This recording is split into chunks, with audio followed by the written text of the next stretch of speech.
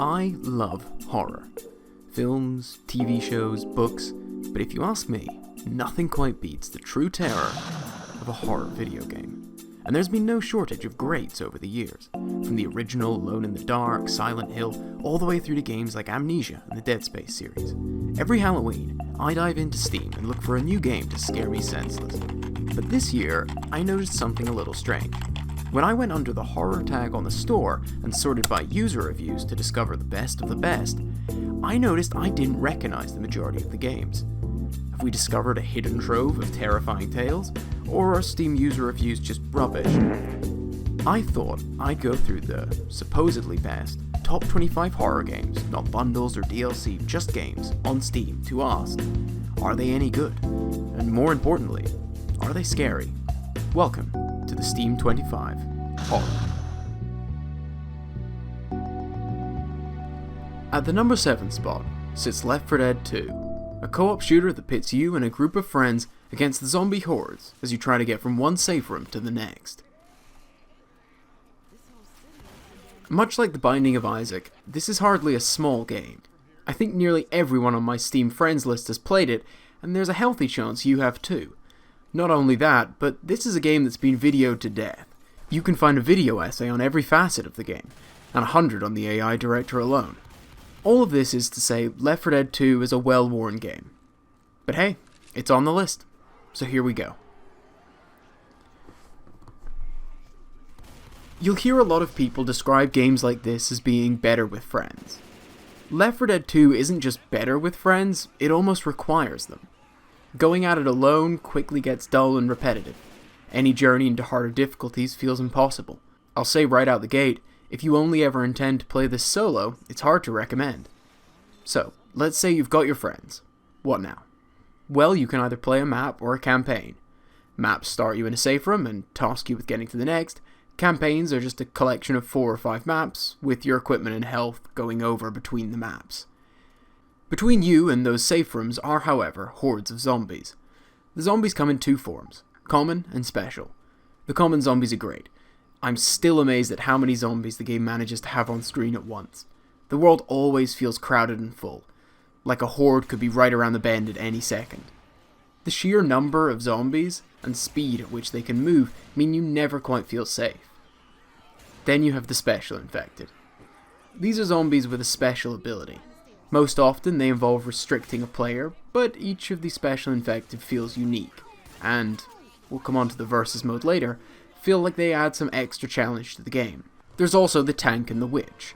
These two play a little differently, with the witch forcing you into some quick stealth as you try not to awaken her, and the tank plunging you into an intense boss fight.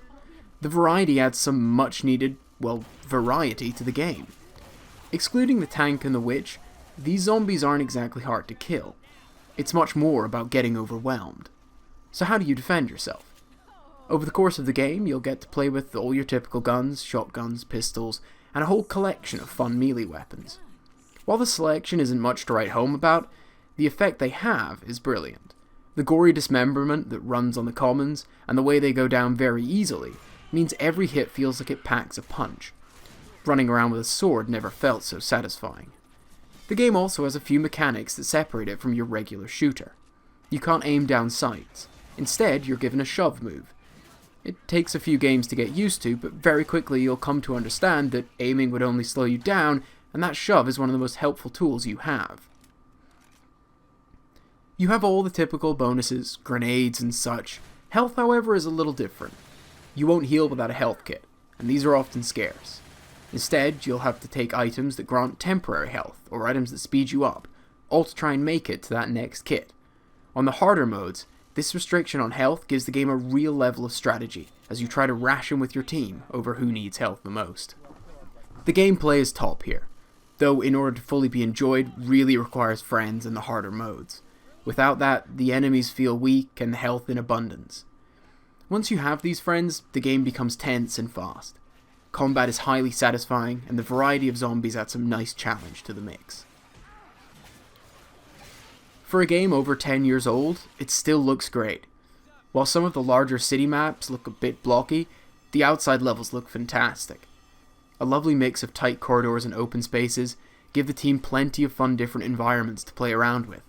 The game uses a great deal of visual guidance as well, often putting you in large maps with seemingly 100 routes, but cleverly guiding you around with visual markers. You don't have a map or compass, you simply have to follow the signs. It sounds tough, but it's a credit to the design that I never found myself getting lost. The world guides you with a soft hand, giving you the feeling of being in a far larger and more lived-in map than you really are. The game looks great.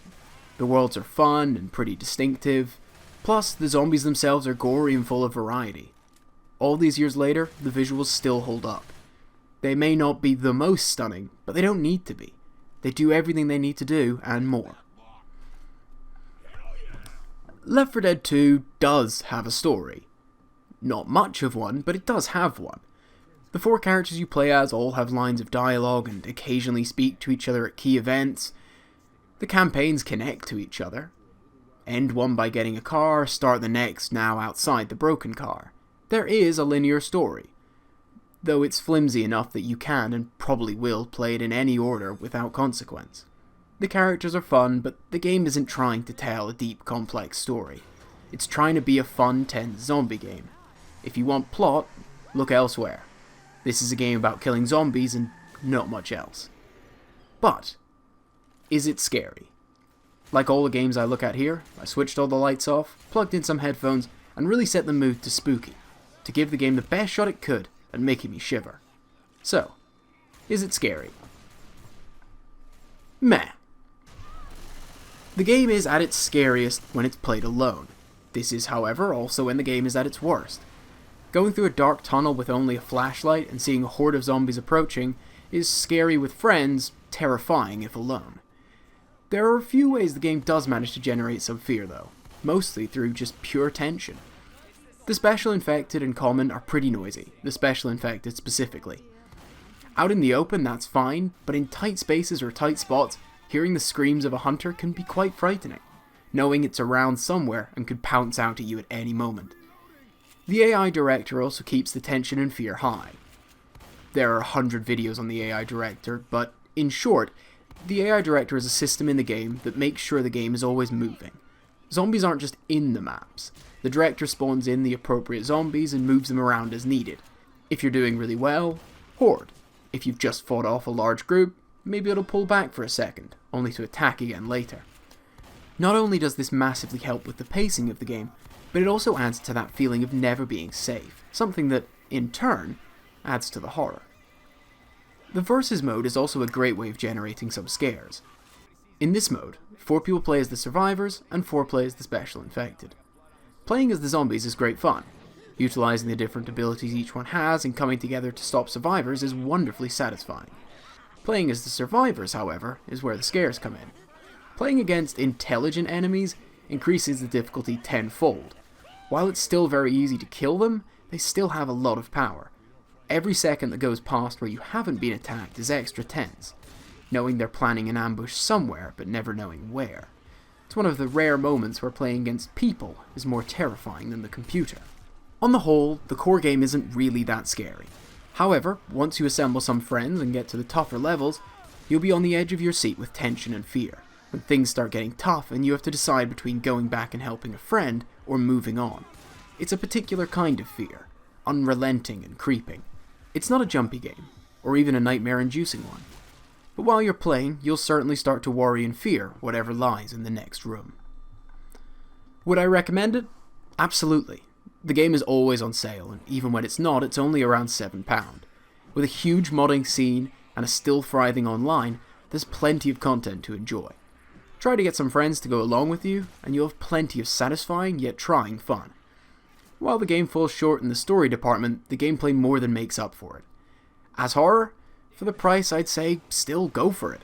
It's not the most horrifying game out there, but if that kind of horror I mentioned earlier, just unrelenting tension, sounds like what you're after, then absolutely jump into Left 4 Dead 2. Here's where it falls on the ranking table. Thanks for watching. If you enjoyed, be sure to leave a comment, a like, and hey, maybe even subscribe. Hope this has been helpful, and look forward to seeing you next week with the next in the Steam 25 Horror. See you then.